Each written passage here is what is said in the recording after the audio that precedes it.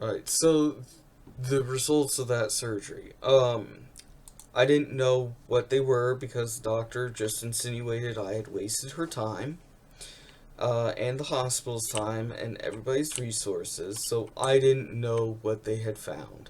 I didn't find out until I went away to school, and I got with another OBGYN who requested my records, and he came in. This was my second meeting with the man. He came in, sat down, dumped this massive pile of records this on this tray. It was a metal tray. Dumps this massive pile of records, and he's going through them, and then he looks at me. He looks up and turns and says to me, "Did they ever tell you what that mass in your abdomen was?" "I'm sorry, what mass?" "The mass that somebody found that a hospital uh up in Idaho found. That was on an ultrasound. That wasn't. Nobody's ever said anything about. Oh, no, no, no. You had a laparoscopic procedure done 4 years ago." "Yeah. Didn't they tell you what that mass was that they found?" "No. The doctor insinuated I had wasted her time and gave me more progesterone in tablet form." His face, he turned completely white at that point and just kind of mumbled, that was irresponsible of that doctor. Um, and I'm probably pale at this point too, going, "What mass?" They the only mass I was aware of was a mass found on an ultrasound that clearly didn't belong where it was, and it was a pretty decently sized mass too. Um, it was the size you would expect a maturing testicle to be. And I was thankful that there was somebody else in that room with me that heard there was a mass found on this laparoscopic procedure that this doctor didn't. Oh, I'm being shot at. Skeletons are after me. This doctor who performed the surgery didn't bother to tell me about. I would have liked to have known 4 years before finding out about this, because that probably would have saved me a lot of time and hassle of figuring out what the crap was going on in 2021. um, they didn't tell me anything. They didn't tell me about a mass. They didn't tell me that I needed to worry about that. I have a family history on my mom's side of ovarian cancer, and on my dad's side, I have a family history of testicular cancer. You mean to tell me all? I had no idea. I had no idea this was a thing. Nobody told me about this. Nobody, um, instead, people who see me out in the wild just assume I'm on testosterone. I'm not on testosterone. I produce my own testosterone. They tested me for, not that, seeing this new doctor up in Idaho, he tested me for, oh my god, what is that disorder? Uh, Cushing's, that's what it is. He tested my adrenal functions. He tested me for congenital adrenal hyperplasia. He was really focused in on these adrenal glands. Well, they came back normal functioning. They function perfectly normal. And the only thing anybody can assume where this testosterone is coming from in me is the mass that was never biopsied.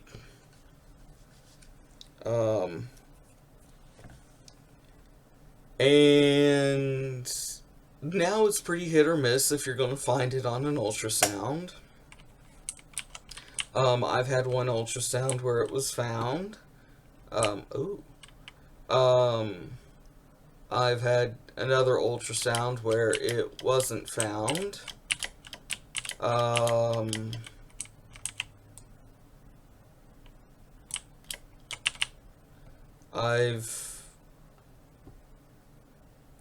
The stupid thing tends to move around.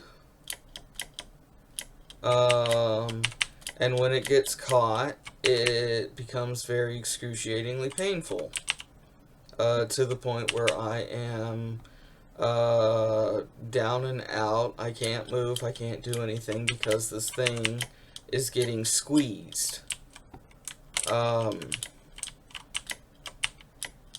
And nobody dared tell me anything about this thing. Nobody wanted to, they were just happy assuming I was mentally ill. That was their hill to die on, was, oh, you're just mentally ill.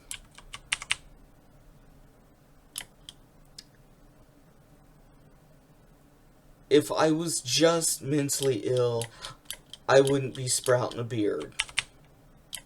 My voice wouldn't have changed so drastically when I finally got off that stupid depot shot. I wouldn't be bulking up now that I'm stuck back at physical therapy. I wouldn't be bulking up instead of slimming down.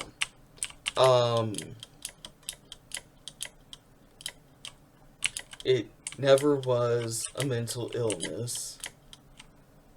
It was a physical problem. And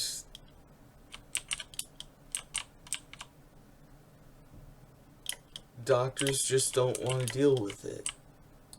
Doctors would rather label it anything else under the sun except an intersex condition. I finally got a diagnosis of ovotesticular disorder this year. And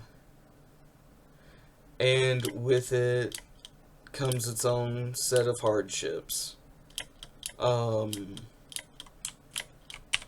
Testosterone causes irreversible changes to the body.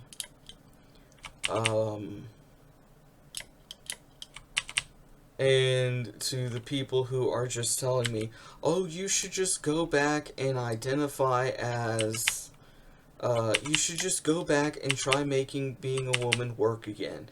I tried for so long to make being a woman work. It didn't work. It will never work.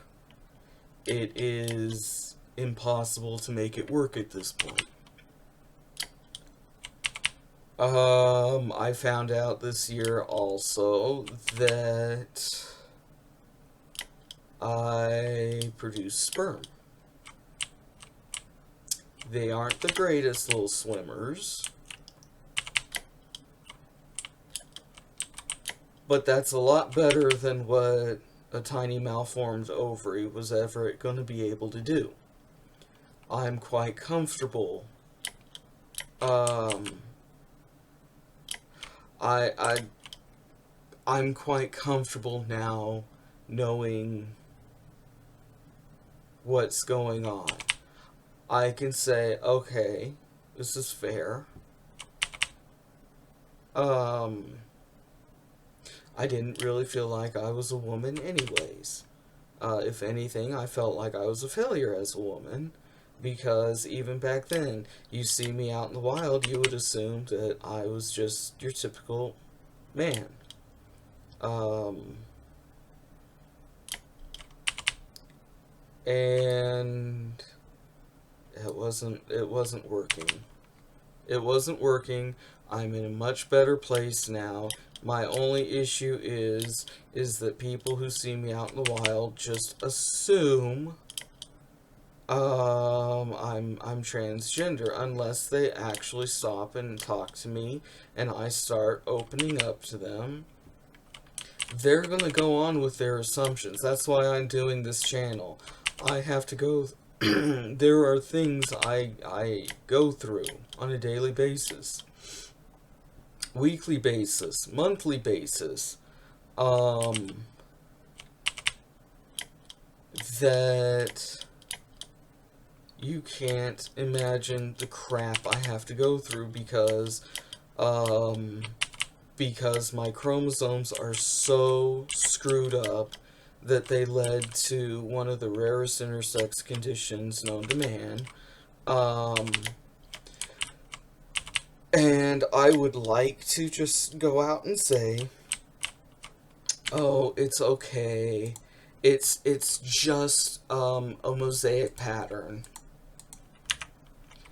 Well, yeah, it is a mosaic pattern, but when you plug everything else into it, my weird skin tones, my half my joints that are completely screwed up because of the disorder, um, um, I'm ambidextrous. What I do with my left hand, I can't do with my right hand, and what I do with my right hand, I can actually probably do a lot better with my left hand, but I'm too lazy to take the time, and it's typically when people want me to write something out. Also, they want it done in a hurry. So okay, you're getting some really messy handwriting there. Um, I'm double crowned on my scalp. All these things actually point to, yeah, you're a mosaic pattern, but it also points to the fact that I'm probably my own twin as well.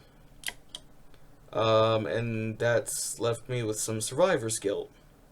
Because, ooh, I'm the one that got the body. That, that's not a nice feeling. That's really not the greatest feeling in the world, to be the survivor when somebody else could have had the body and maybe done a better job with it. So that's why I started this channel, is there's a lot more to me than just looking at me and somebody assuming I'm transgender. I've got kitties. I've got two adorable cats. They're a part of my life, and they do goofy things, and I want to share them with the world. I want to share my experiences traveling, with the world. I don't want my disorder to. I've never seen it as a disability, and I don't want people to just assume I chose to do this, or that I see it as a disability. I don't.